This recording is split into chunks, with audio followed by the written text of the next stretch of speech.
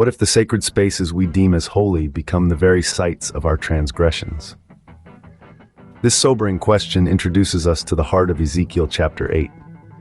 In this chapter, God uses a vision to reveal the reality of the Jewish people's transgressions. It's a clear statement that their punishment was not unjustified, but rather a direct result of their actions. This is an essential part of God's judgment process. As the Gospel states, the Son of Man will send out his angels, and they will weed out of his kingdom everything that causes sin and all who do evil. Matthew 13:41. Through Ezekiel's vision of the temple, we first see that at the entrance to the temple gate to the north, there was this idol of jealousy. Ezekiel 8:5. Next, behind the walls of the temple courtyard, they were portrayed all over the walls, all sorts of crawling things and loathsome animals, and all the idols of the house of Israel. In front of them stood 70 elders of Israel, and Jazaniah son of Shaphan was standing among them. Each had a censer in his hand, and a fragrant cloud of incense was rising. Ezekiel 8, verse 10-11. What does it mean that even a detestable idol could be erected at the entrance of the temple gate?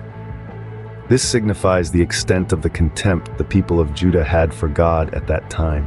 Consider the 70 elders of the house of Israel, including Jazaniah son of Shaphan, all standing before the idolatrous images, censers in their hands, with the sweet-smelling smoke of incense wafting upwards.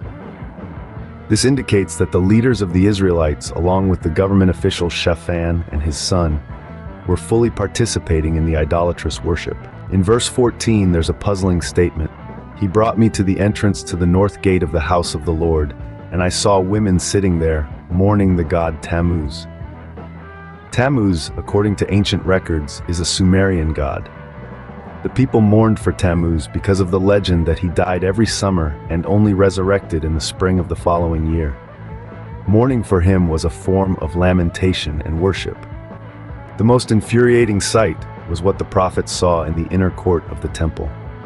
He then brought me into the inner court of the house of the Lord, and there at the entrance to the temple, between the portico and the altar, were about 25 men.